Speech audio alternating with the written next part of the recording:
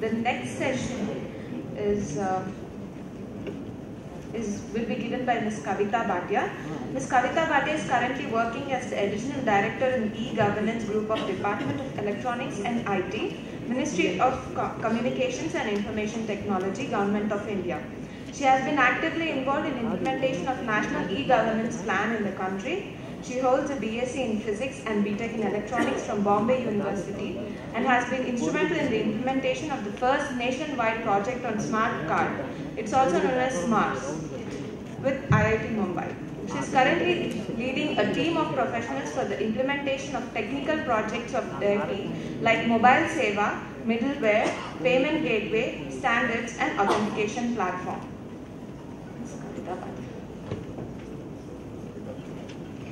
Thank you very much for giving me this opportunity. Just take you through the mobile governance initiative of the government, which will basically is towards the smart governance. You all will agree with me that the evolution of e-governance or the e-government has happened right from 1990 onwards, where departments like railways basically went into the automation of their processes, which in turn was the first step towards the automation. Then between 1990 to 2006, many departments at various states went in for various projects which improved their internal processes, which in turn benefited the citizens in some way or the other, like their coming back to the states was reduced to large extent.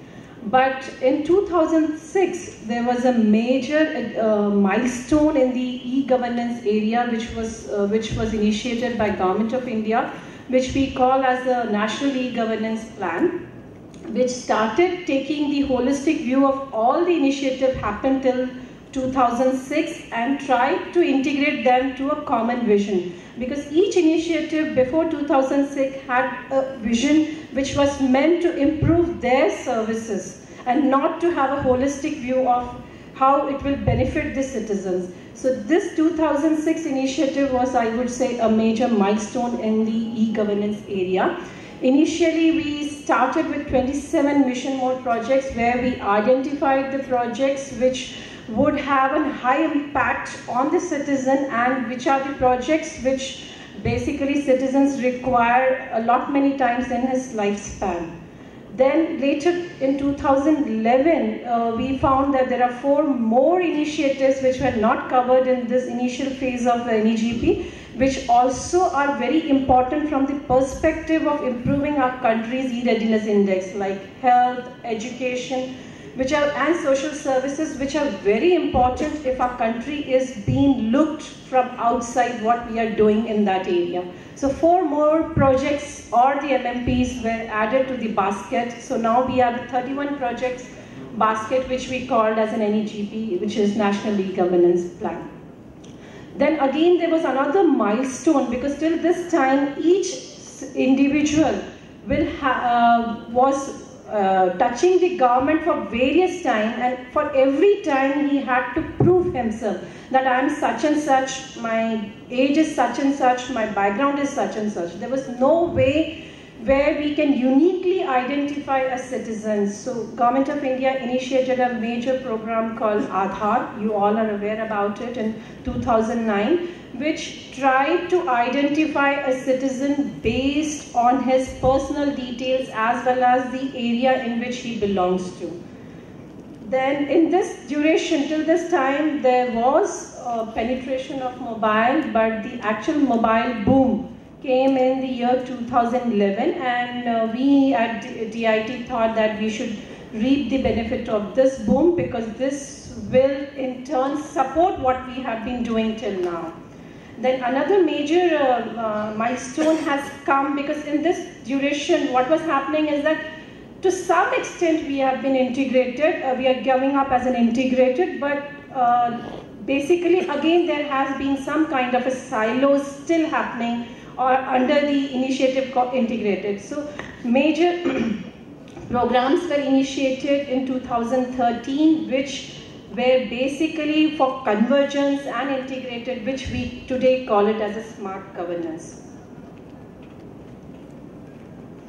I've already said this plan was initiated in 2006. If you see, the vision of the plan was very simple. We wanted to give the convenience to the citizen because we know the citizens are across remote villages, where in spite of creating lot many infrastructures by the central or by the state, the benefits were not being reaped by the citizen. And we also wanted to bring in efficiency, transparency, and at the most important thing, the services to the citizen at a very nominal cost. It should not be so expensive for him to get the services electronically that he decides that he should go and avail the services directly from the department. So this was the major vision of the plan, and in order to achieve this vision of the we at the center thought about it, the key components which will enable all the states to give this benefit to the citizens. So we realized that there are 4 important key pillars through which, if they are put in place at the right time by all the states, then the benefits can be given to the citizen. And the first most important was that the networks, because we found that the departments are not able to integrate because of lack of networks. I'm not saying that none of the states had the network, but government-wide networks, a secure government-wide networks were not there. So this was also one of the main reason for not sharing of the information and sharing of the data. So it was decided that we will lay down SWAN with a dedicated infrastructure up to the block level, and the connectivity was borne by the states, and it was quite a good connectivity, 2 Mbps at the block and 8 Mbps at the district level, although it has now been improved to 32 at the district and 8 up to the block, and it's an expandable, you can expand, so no issues on that. Once we lay the network, the another thing was that now the states had to bring all the infrastructure at one position or one place, or co-location of services or the application where they can collate all the data at a central place. Because every application which was developed was hosted in the various places. So how this state will have one place for the co-location of the data. So it was decided that we will ask all the states to have the state data center with the bare minimum size allocated to each state depending upon the size of the state. So once that is done, we thought that at least 50% of the departments will be in a position to give the services. Like in my previous speaker already said that Andhra had e-Seva counters, e-Seva counters. Similarly, in the north, Rajasthan had e-Mitra, Jan Mitra, and various other states had their own centers where the citizen used to come, apply for a service, and again was given a date and time to come back and to collect the service. But this was all in the offline mode, and those were not being handled by the state, or they were basically in some kind of a private partnership. We realized that these centers were not sufficient. We need to have lot many centers, one in every 6 village, or now we are expanding it to 150, from 150 to we are going up to 250, so it will be one in every panchayat will be having one center, which will be PPP model, but the person who would be running the center would also be giving the government services, because in the earlier mode it was not mandatory for him to give the government services, but now he will be giving the government services and he will be incentivized for that, so which we call as a common service center. So that piece was also laid. In spite of laying all these pieces, again it was felt that the department also needed some kind of an infrastructure to have the data sharing in a secure manner, like from one department to another department. The data sharing was not happening. Today I'm on Java platform, someone is on a .NET platform, someone is on client-server based architecture, but there is no common middleware in between which will enable different types of platforms and architectures to come and start giving services from that place. So that we call it as a middleware. At the national level, we have a National Service Delivery Gateway. It's a complete standard-based middleware which is built on open source and open standards. And this will enable the departments to get connect once or register their service once, and it will allow the various other departments to consume the service without disturbing or without going back to the department about the integration. And whatever the changes the department makes at their layer, if that get reflected on the NSDG or SSDG, that can be replicated across. The department does not have to talk to each department again and again for making the changes into their application. That was SSDG or NSDG.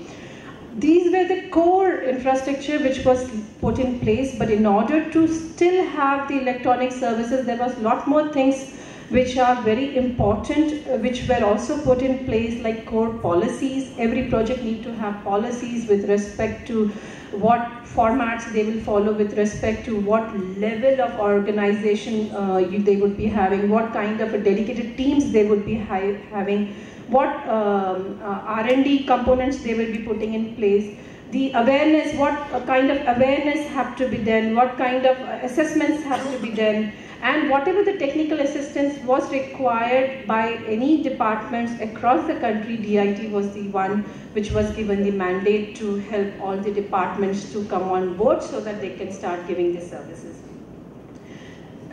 As I said that in 2011 there was a mobile boom, and also we can see that in November 2013 we have around 910 million telecom subscriber base. The best part is that out of which the mobile base is 881, which is almost 80 to 85% of that is the mobile, which means that the penetration of the mobile is much better than what the internet penetration is as of now. And another best part is that it has always been the people always have an opinion that the penetration of mobile is only in the urban area, but it's not true, because 40% of the rural people have mobile phones in their hand. And the total internet subscriber base, which is 198 million, out of which 176 million people are using internet through mobile phones. So you can see how much penetration we have in our country. I'm not saying this is the best, but still we have so much of internet penetration, that too from the mobile. The best part of the thing is that the mobile internet users are accessing the mobile not only for communication, but other than that, other than the communication, they are also accessing, using the internet on the mobile for entertainment, online services, and online shopping. This means that the citizen in our country is advancing at this point of time. Also, if you know that, as I already said a few minutes back, that under NEGP we had done many things, but when we went back as a process, we have to do an assessment. And when we did an assessment, we realized that in spite of putting in place the core infrastructure, the support structure, still the pickup of the services was not that much what we had anticipated. This was because that the internet penetration was very low, and the people at the remote places were not able to get the benefit of the services which government was giving. By this time, when we had conceptualized this e-governance plan, the mobile penetration was low, one. Second, the data capability on the mobile was also minimal. The kind of data these days the mobiles are able to handle was not being done a decade back. So when we conceptualized this NEGP program, we deliberately didn't take into account the mobile, because at that point mobile was just a very expensive device with a lot of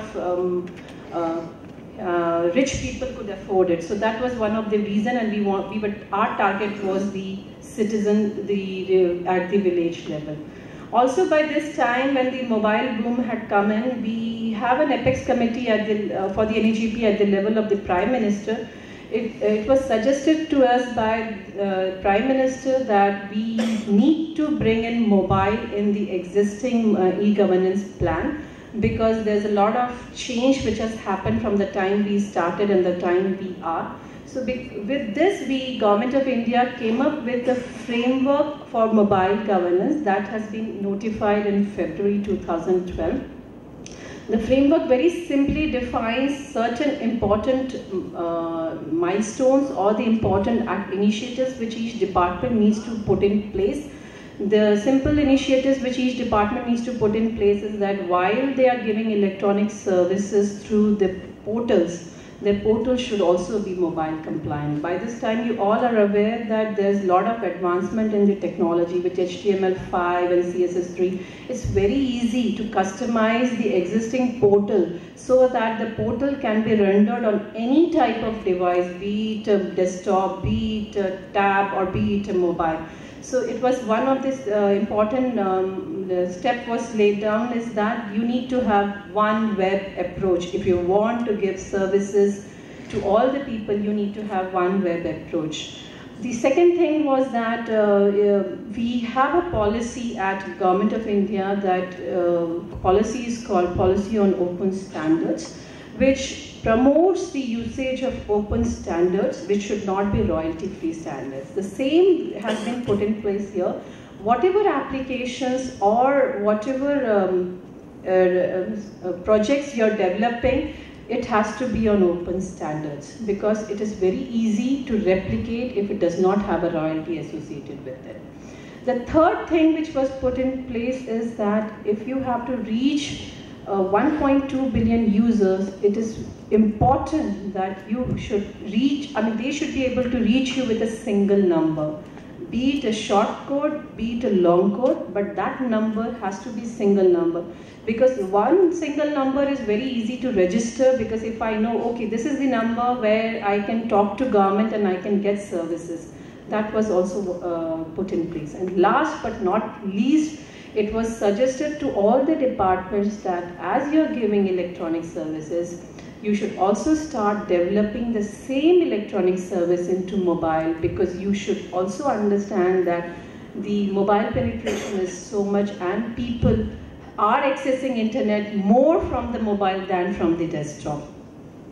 So the framework was put in place and we wanted everyone to adopt to that framework, but we realized that if you have a certain critical timeline to implement the framework, it is better that the Government of India does some initiative at a central level and suggests all the departments to come and start availing the service on day one. So with this as a background, we created a centralized core infrastructure which is first of its kind at least in our country and in, abroad also, because we have been getting a lot of mails and communications from various countries about our initiative because no one in such international has such a big initiative where 1.2 billion people are getting benefited from a centralized initiative. It's a one-stop source of solution because this platforms give you various channels as well as various functions available at one place. You have to just log in and start availing the services. The departments are suggested not to duplicate the effort because the kind of efforts and the money has been put in by the Government of India to scale up the infrastructure. It is better that you start using it. I will take you to the architecture. This, as I said, it's a one-stop source of information. You can see it has been integrated to already created infrastructure under NEGP, which is NSDG to the CSC to the. We are also coming up with the authentication framework and the authentication platform. It has been in the POC. It has been integrated with that. Also, the best part is that this is the only infrastructure which has been given as a service because it brings in the various stakeholders at one place. There are different types of stakeholders. One, citizen who gets service. Two, the telcos who are one of the very important stakeholder in helping the government departments in giving the service. And the most important piece of the most important stakeholder is the government departments because they just log in and they start giving the services to the citizen. It's based on open standards. It's in a cloud-based solution because it's created and you can have the instance being created for you. Before we started scaling up the whole infrastructure, we did a small POC, and the learnings and the suggestions we got in the POC, we decided that we are in a position that we can scale up. We started with 100 TPS as a load, and now we have reached up to 1000 TPS, plus we are running 6 concurrent sessions.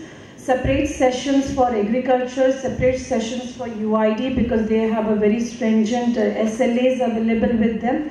Our infrastructure has been already brought into the National Data Center with gigabit connectivity with the DR Center.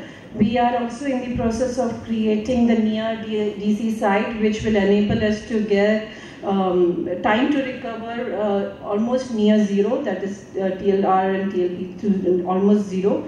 And the other thing is that the telcos, which are one of the important stakeholders, all the telcos in our country, which are around 14 in our country, they are on board with us on this platform. So after this, we realized that we are in a position to take the entire load, and we have scaled up. This is the current statistics. These statistics keep on changing. The time I might be showing, there would already be a couple of departments gone and registered themselves and would have started availing the services. But till yesterday, this is the statistics that so many departments are there. And if you see that, as I was saying, that single code, we initially started with an SMS. We thought that first we will create. These are the pluggable solutions.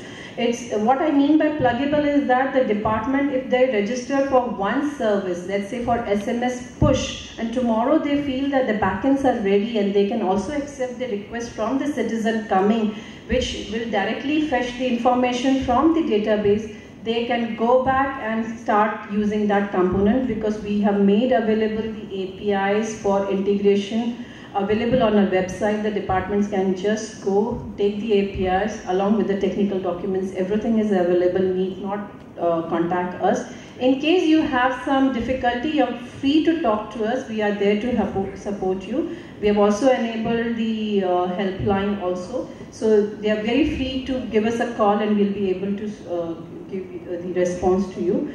But so I was saying that we started with an SMS, but then we realized that SMS is not the only mode or the channel which the government would like to give services to. There are various other channels through which the government would like to talk to the citizen, like IVRS, which is very important, because some citizens in our country may not be in a position to understand English, or they may not be able to communicate with the government in the language which the government understands. So IVRS is another channel which is very important. Then USSD also, which is an automated session being created between the citizen and the government department backend, through which he can start availing these services.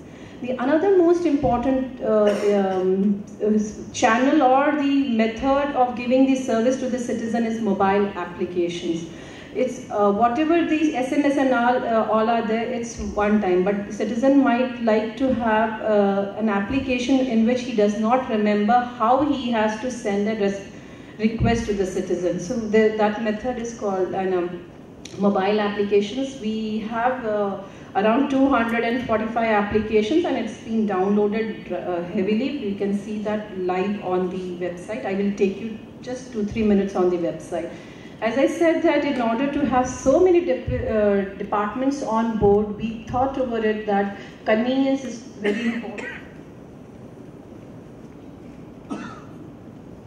Not happen that department should run after us for registering and start availing the service.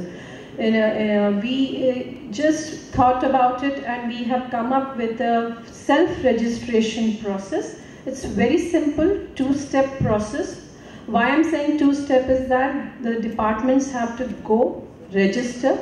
Within a couple of hours, we do a bare minimum scrutiny, because if the account being registered by the department is not done by the government email ID, then a lot of scrutiny is to be done. If it is done by the government email ID, then scrutiny is very simplified. We just approach the department, just verify whether the person who has done the registration or is saying that he is the point of contact for this department. We just verify whether he's available, and within few hours, it's a couple of hours, just 1 to 2 hours, the department gets in live account being created with the bare minimum SMS being given to them so that they can start using. Once the account is created, the option is available with the department to go onto the portal and give the services to the citizen, or if they feel that the backends are already, or the application is already available and they want to send messages to the citizen in a programmatic manner, even that APIs are available, which is programmatic manner. What I mean is that on certain trigger, if some trigger happens and I want to inform, let's take a scenario of UID, how they are using. An option available if the departments want to send the messages to the department. Like for example, Kisan Agriculture, what department is doing that if they realize there's some kind of a disease come in some part of the country, they want to send the information to the entire community of the farmers over there that this kind of a disease is coming in a crop like cotton or wheat or anything. Please use this much percentage of this pesticide, or mix this much percentage of this pesticide with this pesticide and start using it in order to protect your crops. And the best part is that it is enabled, Unicode enabled, and the agriculture department is sending through the various languages which we have enabled it. The other which I was saying is that a pull SMS where the citizen wants to seek an information from the citizen. It's again a simple, we have already made the APIs available. The only thing which the department needs to do at their end is that identify the service, identify the keyword and the response of that keyword. What I mean by keyword is that because this is the single number across the country, how will I know that this is for Andhra or this is for Haryana or this is for Maharashtra? Even in Andhra there would be 500 services. How do I know that if this request comes, I have to send to this department whose application is available here and I have to fetch the information and give it back? That is what, that keyword will help me to identify that this actually request is meant for this department in Haryana, for which I have to get the information and send it back. This is the portal. I'll just in 2 minutes take you to the live site and show you about the registration process and all. This is reflecting the live statistics of our initiative. This is the App Store, where we are developing an application, and in fact we would also like the departments, if they already have their mobile applications being developed which is giving government services, if you want it to be hosted on a national app store, please feel free to contact us. We will do the security testing and we will upload it, because the kind of hits we are getting here is very important that you will also get that much of downloads available, and we will also be in a position to give you the suggestions and the interactions which are happening on that, the statistics are happening on that mobile application of yours. We, as I said, we started small, but we have grown up to this. This is the way we have the massive impact. The application which we developed for the Election Commission was appreciated by the Election Commission in the Gujarat and Rajasthan election. We developed an application for them for locating the polling station, because it was very difficult for them to locate. They have around 8 lakhs of polling locations across the country, and they wanted one single application which would be given to their officers who will go and locate, and that location would be exact and again mapped to the Google Maps. With that application, they have been able to locate 7.3 lakhs of polling stations across the country, and the process is on to complete to 8 lakhs. And in the last elections of Delhi, we have given them an application which was extensively used by them, which was the polling status tracking for the presiding officers during the election. They have to communicate back to the center about how many people have come. Every hour they have to send the statistics. How many people have come, out of which how many are male and how many are female. That has helped them to come up with the results in a much faster way. The another very important thing which we did, because we know that our country is vast and people speak different languages, and it's quite possible that English is not that being easily understood, or not many people understand English. So we have developed keyboards which you can download onto your mobile devices and start typing the language specific messages and can send, because our platform is Unicode compliant. It certainly goes to the other end, but the only problem is that the other end mobile should also be Unicode compliant. So we have done 12 major languages, and they are available on our app store. The another, as I was saying, that agriculture, they are using our platform extensively. UID is also using our platform extensively. And the best part is that this is the only platform which always takes all these stakeholders together, because from where we started to point where we reached, it would not have been happened without the support of all the stakeholders, and telcos also are one of the very important stakeholders. Just for 2 minutes, sir. And we are trying to support the entire nation by giving the proper hand-holding support. I'll just take you, we are the winners of the M Billionth Award. And as a policy of DIT, we did an independent assessment from Nasim Munshi, and the results were very supportive, and they have also given us a lot of insights about the project, which has helped us to improve our platform. We are the only project which directly communicates with the citizen through various channels, as well as from the Facebook and Twitters, and we have got a very good feedback. In fact, many of the departments have also come across on the Facebook and asked us to support them for the integration. These are the way forward. We are working towards self-broadcasting, which is one of the important at the we feel that it's very important for all to do it. And the another thing is that we are promoting, we want the device and the OS agnostic application. I'll just take you 2 minutes through the portal just to show you how easy it is to register. Of the last 6 months, plus the departments which have integrated, the departments can go and see which all departments are connected, and how many agencies under that has been connected, and what is the SMS being sent by them. Plus, how many pull services are available, and what is the transactions happening on that. Another which is very important is that the registration process, which I was saying is just 2-step process.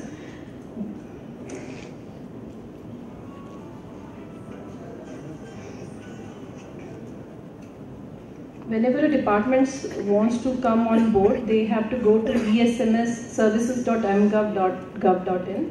They have to register. They have to give the user ID, password, and they have to create a new account. Within 1 hour, that account would be created. I already have my account. I'll just show you what all facilities is given.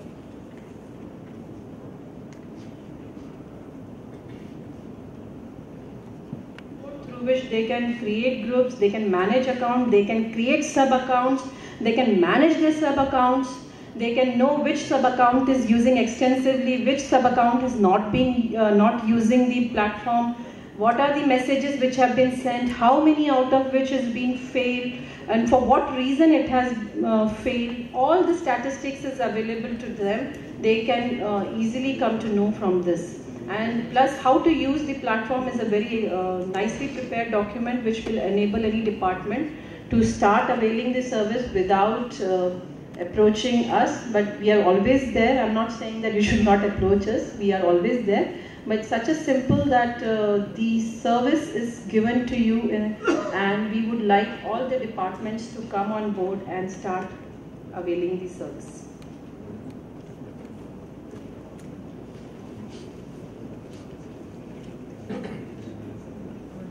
Thank you. I have. Thank you, Kavita. Sorry to cut you short for the reason of time. And Kavita Bhatia has elaborated on many issues. She has traced the evolution of the mobile governance, and she has also highlighted on the latest being integrated services through smart governance. And she also said that there is a state data center in each state, and she has given a framework for mobile governance. And she also said there is a centralized core infrastructure, and the architecture which she describes it is capable of taking add-ons. And she also highlighted current data and how to use the website. Now I'll begin the question myself by asking, is there any link up or tie up, the linkages between the state data center and your organization? How often is it done? How is the updating done? How is the training needs taken care of for the state departments? So, as and when we get the request from the state, we have a dedicated team, currently small, but we are in the process of expanding that team.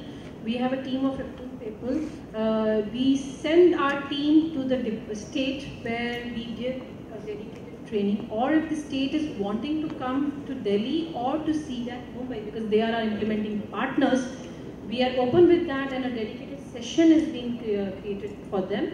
Plus, already there are so many videos available on our portal which will tell them how to avail the service and how easy it is. So, other than that, also if the departments are wanting to have a training, we are open with it. Just a simple mail will let us know that which department is wanting, and we can arrange for the training sessions. Questions? Yeah, I have one question. Ma'am, one question on... So we are not charging, that is what the rate which we had got earlier, but now because as I said, it's a centralized initiative, we have got the rates to 5.5 paisa, and now, in fact, yesterday we have got the best rates any platform can have. It's 3.25 paisa per SMS. So 3.25 paisa per SMS. But we are not charging it to any of the departments. Currently, till the project period, which is up to March 2016, we are not charging. Limit on the SMS? No, sir. No, sir.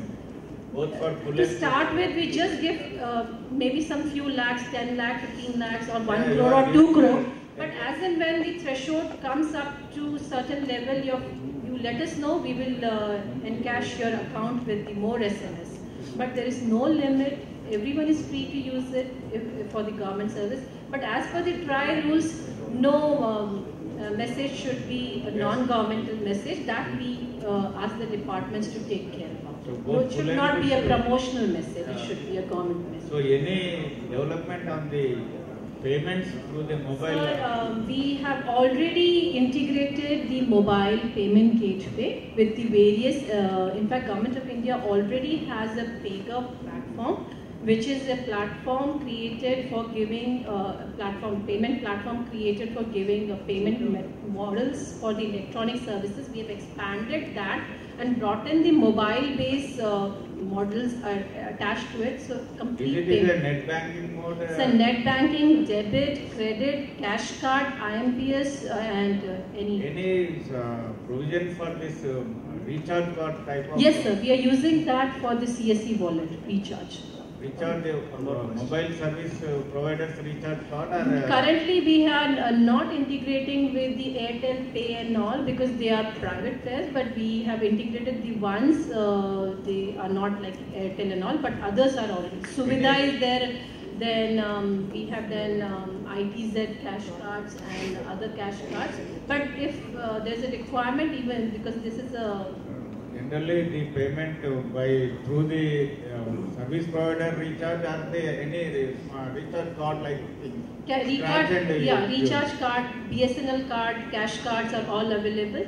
But payment through the airtime is actually not allowed by RBI. So we have currently not initiated that integration. Once that becomes available by RBI, we will. Can I give a chance to the gentleman? Most officers are said to be taking this. We should proceed. The others should speak. Please, the last question.